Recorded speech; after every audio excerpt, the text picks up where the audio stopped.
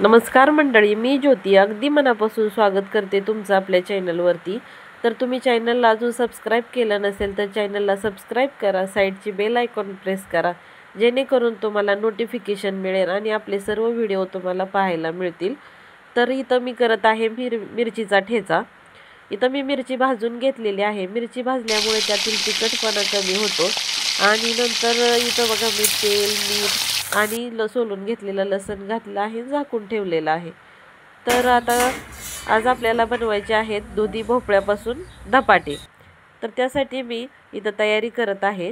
हिरवी मिरची, कोथिंबीर, जिरे, ओवा, लसूण हे बारीक करून घेतलेलं आहे वाटण। 2 वाटी ज्वारीचे पीठ, 1 वाटी गव्हाचं पीठ, अर्धी वाटी बेसन पीठ घेतलेलं आहे मी इथं। आणि भोपळा स्वच्छ धुवून त्याची साल न काढता घेतलेला आहे। भोपळ्याची धपाटे करायला लागली। यामध्ये हळद, मीठ, ओवा सगळं घातलंय।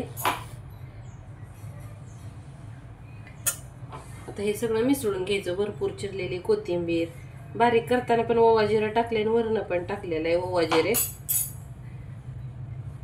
आता ह्यामध्ये सुरुवातीला पाणी घालायचं नाही, तर हे भोपळ्याचं आमचंच पाणी असते हे, त्यामुळे अगोदर भोपळा घालून घ्यायचा आणि नंतर असं पीठ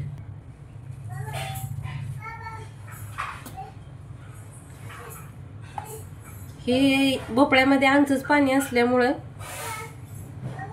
जास्त आपल्याला पाणी वरून लागत नाही। आवश्यकतेनुसार जेवढं लागते पाणी तेवढंच आपण यामध्ये पाणी घालायचं आणि पीठ मळून घ्यायचं। या ठिकाणी पीठ मळून झालेले आहे। तर धपाटे थापताना कॉटनचा कपडा ओला करून घ्यायचा आहे। मध्यम आकाराचा पिठाचा गोळा घेऊन पाण्याचा हात लावून त्याला असं थापून घ्यायचं आहे। इथं धपाटे थापून झाल्यानंतर त्यावर थोडेसे असे तीळ टाकायचे। तीळ टाकल्यानंतर तीळ खाली निघू नये त्यासाठी वरून अजून थोडं थापून घ्यायचं आहे।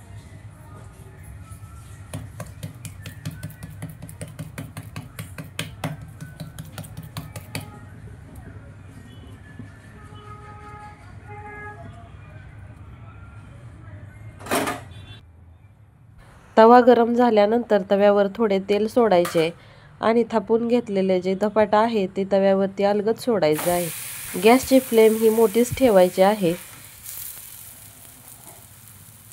धपाटे तव्यामध्ये टाकल्यानंतर साईडनी आपण थोडे तेल सोडायचे, त्यामुळे धपाटे मऊ होते आणि तव्याला चिकटणारही नाही।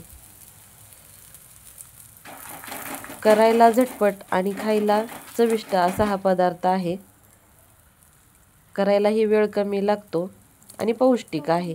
जर कोणाला भोपळ्याची भाजी आवडत नसेल, दुधी भोपळा आवडत नसेल तर असे नक्की करून पहा, खायला खूप छान लागते। दोन्ही बाजूनी असं धपाटं भाजून घ्यायचं आहे। इथं तव्यामध्ये दिसतंय त्यापेक्षा असं प्रत्यक्ष पाहायला एकदम छान दिसत होतं। जरा शूट घेताना म्हणजे त्यात थोडं वेगळं दिसतंय, पण असं समोरून पाहताना खूप छान असं दिसत होतं ते। असेच मी सर्व धपाटे इथं करून घेतलेत।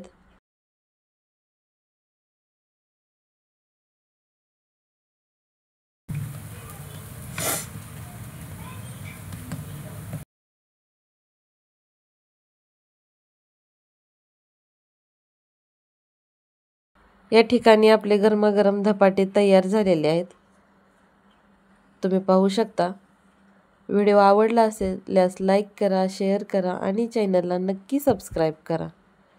तर इथं भाऊ बहिणीची कशी मस्ती चालू झालेली आहे बघा। नक्की भेटूया आणखी एका नवीन ब्लॉगमध्ये। धन्यवाद।